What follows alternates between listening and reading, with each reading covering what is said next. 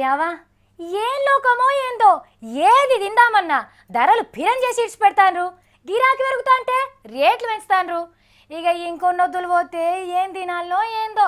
ఇక చక్కగా అడవిలో పోయి ఆకులు తినది నయం ఉన్నది. ఏ ఖర్చు ఉండదు మంచిగా.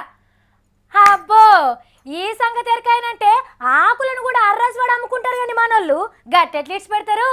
ఇగో గిడో అన్న మనందరికీ ఆదర్శమైన పనోడు చేస్తున్నాడు చూడండి. గీ మనిషి మస్తు ఎరైటీ తిండి తింటాడు. పొద్దుగాల 4 తంగెడాకులు, పగటిలి లొట్ట పీసాకులు, పొద్దుముకే ముంగట జిల్లెడాకులు నమ్ములుతాడు. గివి సరిపోకుంటే నడిమిట్ల కంటికి ఏ ఆకు కనబడితే అది కడుపులేస్తాడు. ఏదో ఉబ్బు కొద్ది తింటాడేమోతి అనుకోకుండ్రి. మా నోన్కి ఆకులే తెల్లబువ్వ బగారబువ్వని పచ్చియే కసా పిసా నమ్లి మింగుతాడు. మేకలు కాసే మాంకాలిది ఆదిలాబాద్ జిల్లాల మాలగురిజాల. ఒకనాడు ఆ లవ్వ పగటికి సద్దిగట్టలేదట.